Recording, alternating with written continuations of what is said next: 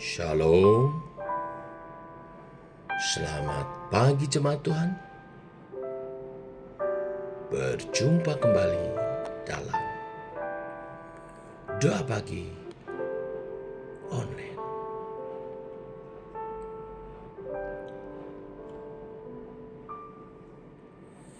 Nyatakan yang kau mau, selidiki hatiku, singkapkan bila ada yang salah.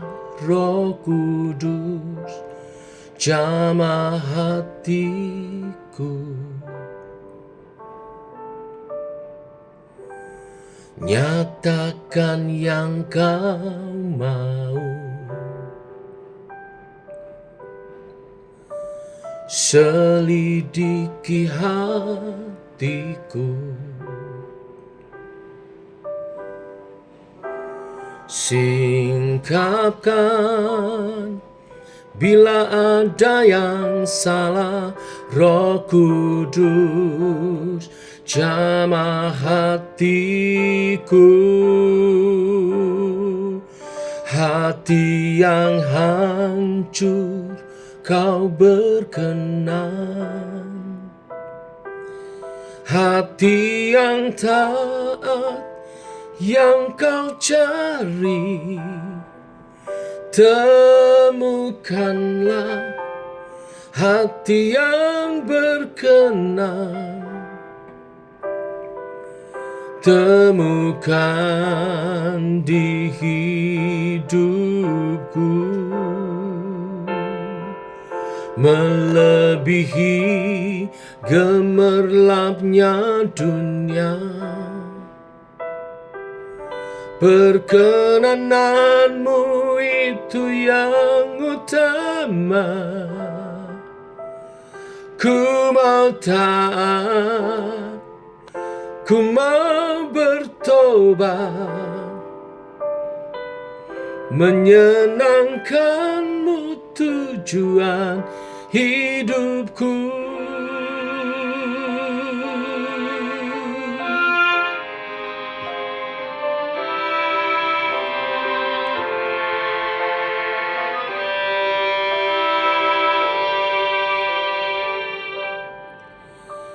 Nyatakan yang kau mau, selidiki hatiku, singkapkan bila ada yang salah. Roh Kudus jamah hatiku, hati yang hancur kau berkenan, hati yang taat yang kau cari. Temukanlah hati yang berkenan, temukan di hidupku, melebihi gemerlapnya dunia. Perkenananmu itu yang utama. Ku mau taat, ku mau bertobat, menyenangkanmu tujuan hidupku.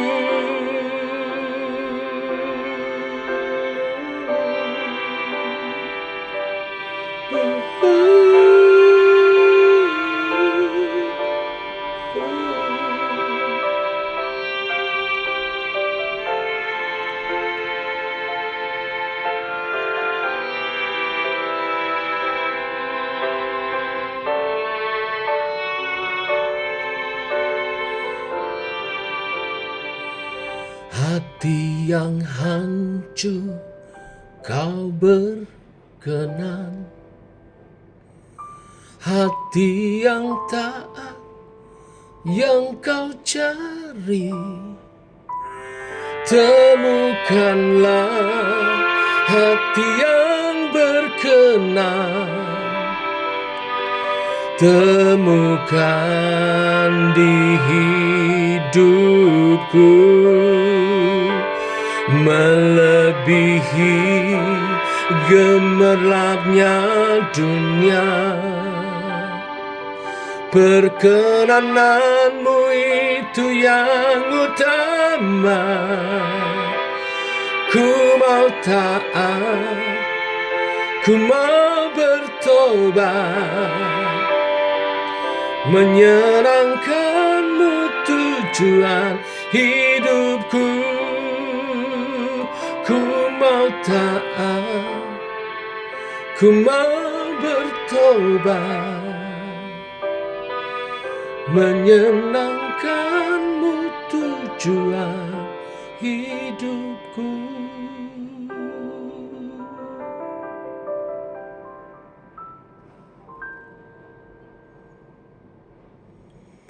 Tiba waktunya untuk kami merenungkan firman.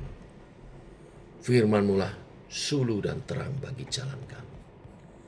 Berfirman Tuhan, terangi jalan kami, tuntun langkah kami. Oleh kebenaran firman yang sebentar kami renungkan. Dalam nama Tuhan Yesus Kristus. Amin. Bapak Ibu, kita lanjutkan renungan firman kita. Markus pasal 12 ayat 1-12. Demikian firman Tuhan. Lalu Yesus memulai berbicara kepada mereka dalam perumpamaan. Adalah seorang membuka kebun anggur dan menanam pagar sekelilingnya. Ia menggali lubang tempat pemerasan anggur dan mendirikan menara jaga. Kemudian ia menyewakan kebun itu kepada penggarap-penggarap, lalu berangkat ke negeri lain. Dan ketika sudah tiba musimnya, ia menyuruh seorang hamba kepada penggarap-penggarap itu untuk menerima sebagian dari hasil kebun itu dari mereka. Tetapi mereka menangkap hamba itu dan memukulnya, lalu menyuruhnya pergi dengan tangan hampa. Kemudian ia menyuruh pula seorang hamba lain kepada mereka. Orang ini mereka pukul sampai luka kepalanya dan sangat mereka permalukan. Lalu ia menyuruh seorang hamba lain lagi, dan orang ini mereka bunuh, dan banyak lagi yang lain. Ada yang mereka pukul dan ada yang mereka bunuh. Sekarang tinggal hanya satu orang anaknya yang kekasih. Akhirnya ia menyuruh dia kepada mereka, katanya, anakku akan mereka segani. Tetapi penggarap-penggarap itu berkata seorang kepada yang lain, ia adalah ahli waris, mari kita bunuh dia, maka warisan ini menjadi milik kita. Mereka menangkapnya dan membunuhnya, lalu melemparkannya keluar kebun anggur itu. Sekarang apa yang akan dilakukan oleh tuan kebun anggur itu? Ia akan datang dan membinasakan penggarap-penggarap itu, lalu mempercayakan kebun anggur itu kepada orang-orang lain. Tidakkah pernah kamu membaca nas ini? Batu yang dibuang oleh tukang-tukang bangunan telah menjadi batu penjuru. Hal itu terjadi dari pihak Tuhan, suatu perbuatan ajaib di mata kita. Lalu mereka berusaha untuk menangkap Yesus karena mereka tahu bahwa merekalah yang dimaksudnya dengan perumpamaan itu. Tetapi mereka takut kepada orang banyak, jadi mereka pergi dan membiarkan dia. Amin. Sampai di sini pembacaan kita. Bapak Ibu jemaat Tuhan, Tuhan Yesus kembali mengajar murid-muridnya dengan menggunakan perumpamaan. Kali ini Yesus menggunakan perumpamaan tentang kebun anggur. Bangsa Israel terkenal dengan perkebunan anggurnya. Dalam perumpamaan ini diceritakan, pemilik kebun anggur, sang tuan, menanam pagar di sekeliling kebun anggurnya. Kemudian ia menyewakan kebun itu kepada para penggarap. Ketika tiba musimnya, pemilik anggur itu memerintahkan hamba-hambanya untuk menerima sebagian hasil kebun anggurnya dari para penggarap. Tetapi para penggarap itu malah memukuli hamba-hamba itu. Diceritakan di sana tadi ada 3 kali disuruh hambanya diutus kepada penggarap-penggarap itu. Namun semuanya diperlakukan secara tidak manusiawi. Sampai akhirnya sang tuan pemilik kebun anggur itu mengutus anaknya yang tunggal. Dengan harapan para penggarap pasti lebih mau mendengarkannya, karena anaknya pasti lebih disegani. Tetapi apa yang terjadi? Anak itu malah dibunuh oleh para penggarap kebun anggur itu. Melihat tindakan mereka, sang tuan pemilik kebun anggur marah dan membinasakan para penggarap. Apa arti dari perumpamaan ini? Sang tuan pemilik kebun anggur adalah Allah, dan hamba-hambanya yang diutus adalah para nabi, utusan-utusan Tuhan, dan anak tunggalnya adalah Kristus, Yesus Sang Mesias. Para penggarap adalah umat Tuhan, Israel. Dalam perumpamaan ini, Tuhan Yesus ingin mengajarkan bahwa Allah yang panjang sabar telah mengutus hamba-hambanya kepada umat pilihannya, para penggarap kebun anggur, yaitu bangsa Israel.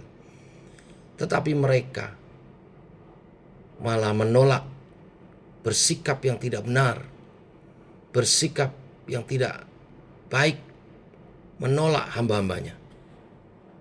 Dan puncaknya, Allah mengutus putra tunggalnya, Tuhan Yesus Kristus.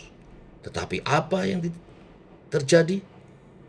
Umat Allah, bangsa Israel, justru malah menyalibkannya, membunuhnya.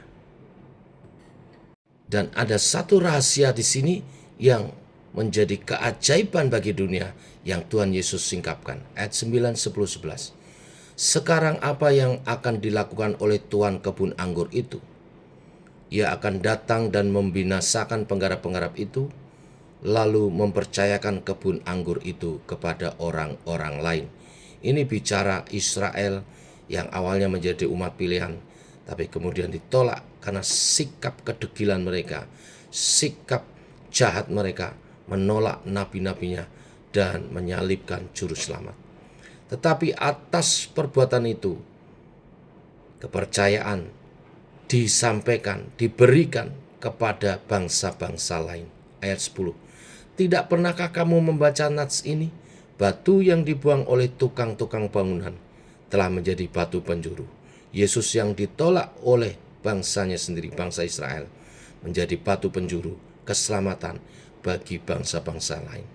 Ayat 11. Hal itu terjadi dari pihak Tuhan, suatu perbuatan ajaib di mata kita.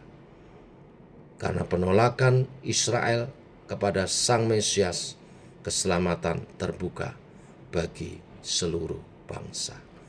Berbahagia kita, Bapak Ibu jemaat Tuhan, yang boleh menerima Yesus sebagai Tuhan dan Juru Selamat kita. Karena dengan iman percaya kepadanya sebagai Tuhan dan Juru Selamat kita, dan kita mengandalkannya untuk menerima keselamatan, anugerah keselamatan, kita peroleh anugerah keselamatan dan hidup kekal, dan juga waris segala berkat-berkat rohani sampai pada kekekalan di surga. Bila kebenaran firman hari ini memberkati kita semua. Kita bersyukur atas karya Tuhan. Kita menghargai kesabaran Tuhan. Kesabaran Tuhan adalah menunggu setiap umatnya bertobat. Dan bila kita telah hidup dalam pertobatan, mari kita kerjakan pertobatan kita dengan takut dan gentar. Kerjakanlah keselamatanmu dengan takut dan gentar. Melayani Tuhan, hidup mulia bersama dengan Tuhan, menjadi alat kemuliaannya. Tuhan memberkati. Mari kita berdoa. Bapa, kami mengucap syukur oleh kasih dan anugerah-Mu, rahmat-Mu baru. Kebenaran firman-Mu tentang Injil, rahasia keajaiban dunia, Engkau singkapkan sekali lagi kepada kami pagi hari ini. Untuk kami menghargai anugerah Tuhan, tidak menolak Kristus, anak tunggal Allah yang berkorban bagi kami, tapi menerimanya sebagai anugerah dan mengandalkan Kristus sebagai penebus kami untuk memperoleh anugerah hidup kekal. Kami mau percaya dan kami mau hidup sebagai umat tebusan-Mu, hidup memuliakan Engkau, melayani-Mu seumur hidup kami. Ini doa kami menyambut kebenaran firman pagi hari ini. Dalam nama Tuhan Yesus Kristus. Amin. Demikian Bapak Ibu, selamat pagi, selamat beraktivitas. Tuhan memberkati. Bagi ibu-ibu yang hari ini jam 10 ada ibadah, selamat beribadah, membangun diri dan komunitas bersama dalam Kristus. Tuhan memberkati. Shalom.